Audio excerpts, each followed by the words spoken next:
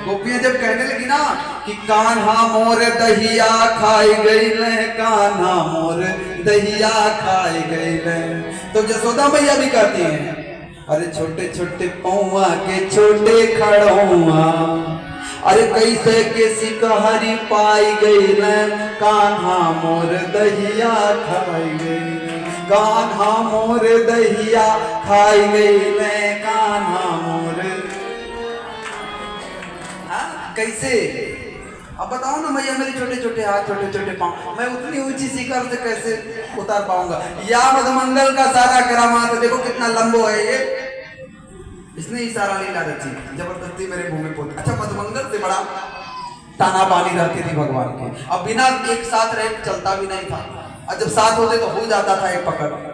हाँ, क्योंकि मधुमंगल बामन के बेटा, अहिर के बेटा, अब बामन अहिर में हो जाए एक पकड़। वो एटीट्यूड के धनी और ये बल के धनी, लीला के धनी।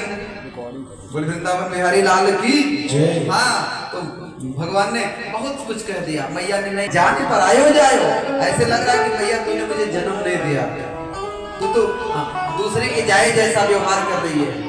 हाँ, मैया ने तुरंत लाला को कंठ लगा दिया। सूरदास जी लिखे हैं, सूरदास तब बिहंस जसोदा ले और कंठ लगायो, और मैया ने कहा लाला मेरे तय नहीं माखन खायो।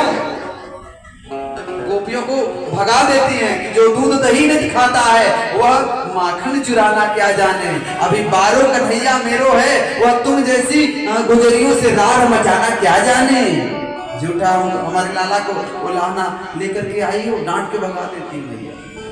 और लाला तो आंख दिखा तो मजा आयो, और लाना लेकर आओ आओ, और कुछ कहना हो तो कह दो।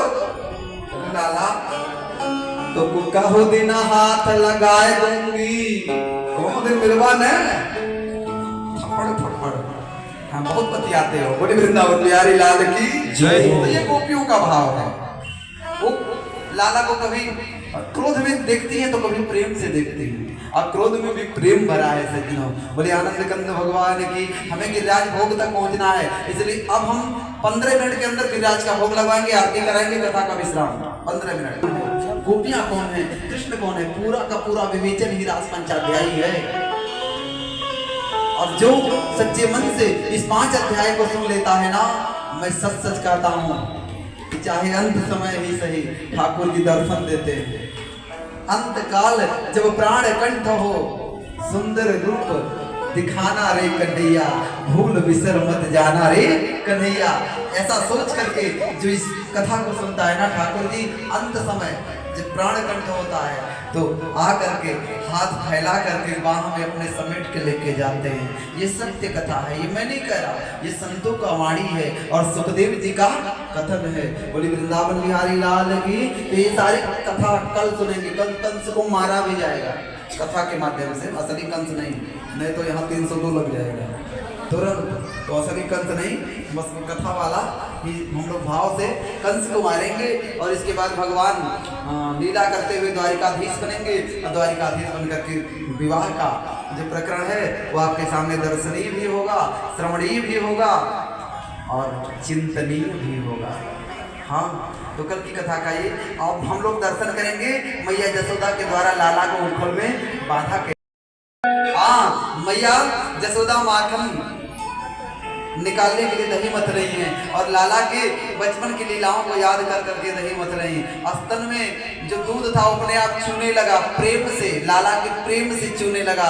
लाला ने देखा कि मेरा तो आहार गिर जाएगा, बेकार चला जाएगा, अरे मैं इसको ऐसे नहीं जाने दूंगा। लाला आकर के गोद में बैठ करके मैया से करने लगे, तो मैया ने लाला को स्तनपान कराना शुरू किया। और तब तक लाला को बात करने की सोची मैया, तो सो एक बात पूछूं लाला, तो 4-5 बात पूछ। लाला को मैया से बहुत बात पूछनी चाहिए, पूछ।